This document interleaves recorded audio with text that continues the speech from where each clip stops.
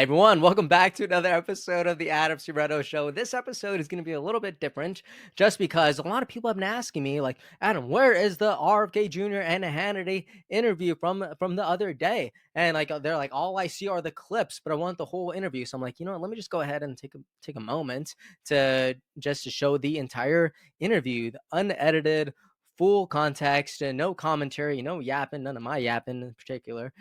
But that way you get all the conversation, you get all the nuance, you get all the context, and I think that's going to be pretty helpful, especially for the people who are really searching for it. So without further ado, I'll go ahead and play the interview now. Also, if you like having conversations like this and like being in tune with what's happening in the political arena, please consider liking and subscribing. It really does mean a lot to me. Okay, let's dive in. Thank you so much for doing this. We really appreciate it. Before you got here, I already had a burger, so I'm having another. I'm breaking my diet. I am pretty much full on keto. I eat basically meat and eggs. I made an exception today. I had it on a bun, and I really enjoyed it actually, and it was really good. Explain the difference between seed oil and tallow, and why this is a big deal. Why they said we are going to RFK Steak and Shake.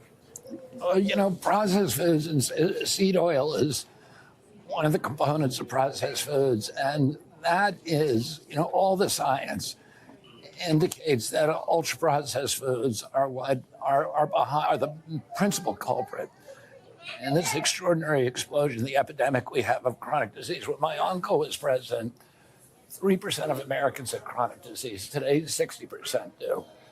We have 66% of adults are diabetic or pre-diabetic, 38% of teens. When you and I were kids, Sean, the average pediatrician would see one case of juvenile diabetes in his lifetime over a 40 or 50-year career. Today, 1 out of every 3 kids who walks through his office door is diabetic or pre-diabetic.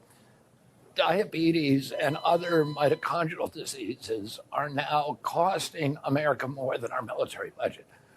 We spend 2 to 3 times on healthcare what other countries do, and we have the worst outcomes. And we have the best medical system in the world. We are poisoning ourselves, and it's coming from principally these ultra processed foods. And what we're trying to do, and this President Trump wants us to have radical transparency and to incentivize companies like this one to switch to traditional ingredients like beef tallow. Oh, by the way, here you go. If you just take the red basket, I'll take those trades back for you. Okay? Oh, okay. Is that? This is you, Sean. Oh, this is me. Okay, thank you.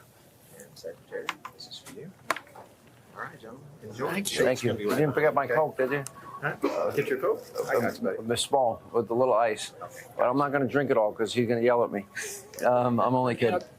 And Steak and Shake just switched out, and people are raving about these French fries. You taste them. They're I taste amazing. them. They really are. I'm not. This is not. When I was a kid and I travel in Europe, Europe is great. Always had great food. The French fries were always disappointment because we had the best French fries here. They had pommes frites over there, and they just didn't taste right. Today, the best French fries in the world are in Europe. I order them every time I go to Belgium or France or any place else. And the French fries here just don't taste right. And you taste these, it's a completely different experience, and the customers are raving about it. Other companies, Steak and Shake has been great. We're very grateful for them for RFKing the French fries. They turned me into a verb. But also Popeyes. By the way, a plastic straw. Thank you. Thank God. I can't stand those paper straws. I hate them. You hate the sea turtles, right? But Popeyes, Outback, Sweet Greens, Buffalo Wild Wings. Yeah, they've all made the switch, or they're in the transition of making the switch. We want to do everything that we can to incentivize these companies to be transparent, to switch over from ultra-processed food, and to be part of this movement to make America healthy again. As Health and Human Services Secretary, and there is great paranoia and fear. You're going to force people. You're going to take things away from people. You're going to force companies to do what this steak and shake is freely decided to do. That's not the case. Oh, I mean, I have a libertarian outlook. People should be able to make their own choices. If you want to eat a donut or seed oils, you should be able to. You should be able to exercise informed choice. You should know what that product is, what's in your food, and what the health impacts are. And that's all we're going to do.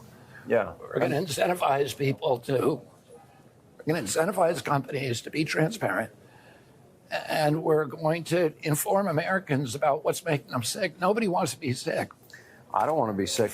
Why is, okay, beef tallow, seed oil, but then there are other healthy oils. Like, for example, avocado oil is considered healthy, or olive oil. Or butter. Butter, straight olive oil, right. But my daughter, who's like you, she went into my house a couple of years ago, and she like wiped out the Smart Balance, wiped out the margarine, wiped out any seed oil. Good for her. And she cleaned out my whole pantry, and she bought me the things that she said, Daddy, this is much better because I like to cook. And she wants you to live for a long time. I want to live for a long healthy. time. Me too. That's why I watch my weight. I watch what I eat. I try to take care of myself. Here are the numbers that really scare me, though.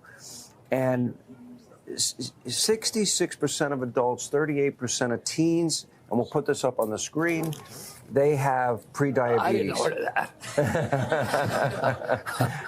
He did not order that. We'll just put it looks great. I'm sure one of our guys.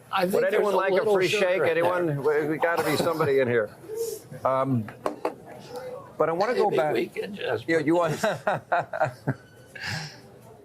Okay, 80% of American adults, 50% of teens are overweight and obese. We have an obesity epidemic in this country. 77%, according to the Pentagon, Americans do not qualify for the military because of their health. 40% of our teenagers struggle with anxiety now and depression. Which there are studies coming out of Stanford and Harvard that show a lot of mental illness, including anxiety and depression, are related to food. And that changing your diet, food is medicine. By changing your diet, you can lose some of those diagnoses. And this, Sean, is a uniquely American problem. This is not happening like it is here elsewhere in the world. When my uncle was president, 3% of Americans were obese. As you pointed out, it's now close to 80% of adults, 50% of children. But in Japan, it's still 3%. Men in they Japan, don't eat this. Correct me if I'm wrong, don't they live on average 10 years longer than men here? Yeah, and this generation of our kids is the first generation in 200 years that is going to have a shorter lifespan than their parents. Scary. We are letting down these kids, and there's a moral issue here, and we need to start grappling with it because it's a moral issue, it's a financial issue. The healthcare costs are going to sink us.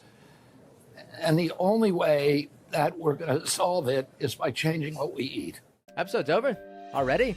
Geez, that was fast. Well, they say beautiful things do not last forever, but feel free to watch and listen to another one of these episodes if you're interested in those conversations as well. Also, this next part is huge. Make sure to obliterate that like and subscribe button and turn on the notification bell so you never skip a beat. I also have a newsletter where we dive into the news, politics, and ideas that shape our future. If you're interested in signing up, I'd really appreciate that. Anyways, that's the end of this episode. Thank you so much for watching and listening, and I'll see you next time.